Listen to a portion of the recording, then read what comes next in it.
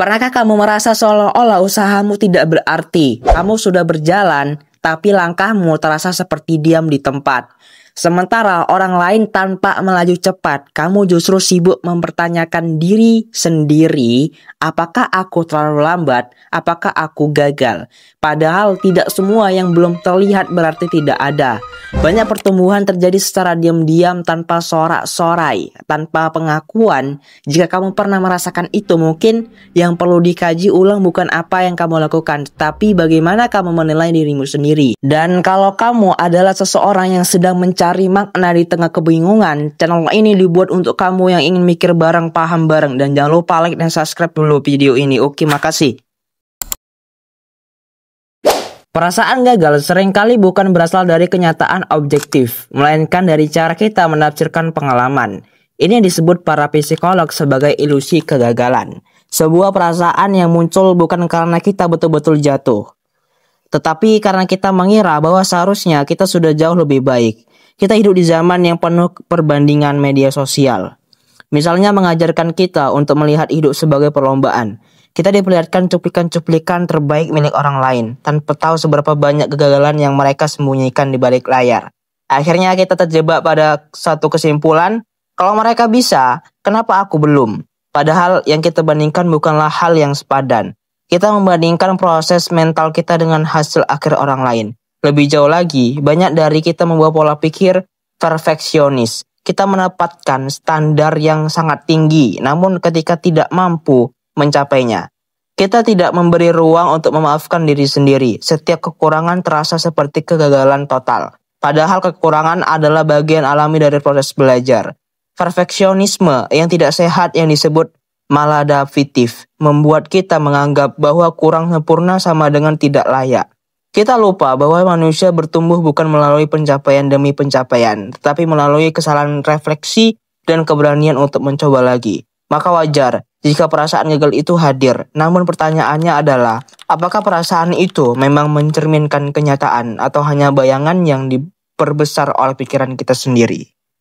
Jika kamu pernah merasa gagal, bukan karena kamu tak berusaha, melainkan karena kamu belum diajarkan cara melihat dirimu secara utuh. Seringkali kita terlalu keras pada diri sendiri, namun begitu mudah memberi pengertian kepada orang lain. Kita menasihati sahabat kita agar sabar, tapi menolak bersabar pada langkah-langkah kecil yang telah kita tempuh sendiri. Ini saatnya kita mengganti lensa yang kita gunakan. Daripada bertanya, kenapa aku belum berhasil? Cobalah bertanya, apa yang sedang aku pelajari dari perjalanan ini? Perjalanan hidup bukan soal siapa yang tiba duluan, tetapi siapa yang tetap bergerak meskipun pelan. Ada 3 hal yang bisa kamu tanamkan dalam diri kamu sendiri. Yang pertama, berbaik hatilah kepada diri sendiri. Self compassion bukan berarti memanjakan diri. Ia adalah kemampuan untuk menyadari bahwa kamu seperti semua orang. Boleh lelah, boleh bingung, dan boleh tidak sempurna. Dan justru dalam ketidaksempurnaan itulah kamu belajar menjadi manusia seutuhnya. 2. Akui kemajuanmu sekecil apapun itu. Kita sering lupa bahwa bertahan pun adalah bentuk pencapaian. Hari-hari saat kamu ingin menyerah tapi tetap berjalan adalah hari-hari yang pantas disebut kemajuan, meskipun tidak ada yang memberi tepuk tangan dari depan. Yang ketiga, ubah standar dari sempurna menjadi progresif. Sempurna adalah titik mati. Begitu kamu merasa belum sempurna, kamu akan berhenti, menunda, bahkan menyerah. Tapi jika kamu fokus pada proses, setiap hari bisa menjadi ladang bertumbuh, bukan ladang menghakimi. Maka jika selama ini kamu merasa gagal, barangkali yang kamu butuhkan bukan motivasi kosong, tetapi pemahaman bahwa dirimu tetap layak dihargai meskipun kamu belum sampai ke tujuan. Saat ini kamu mungkin sedang berada di tengah jalan, mungkin kamu belum sampai, mungkin kamu belum melihat hasilnya, dan mungkin kamu lelah, tapi izinkan aku mengatakan sesuatu yang sederhana. Berjalan pelan pun tetaplah sebuah perjalanan, tidak ada kemajuan yang sia-sia.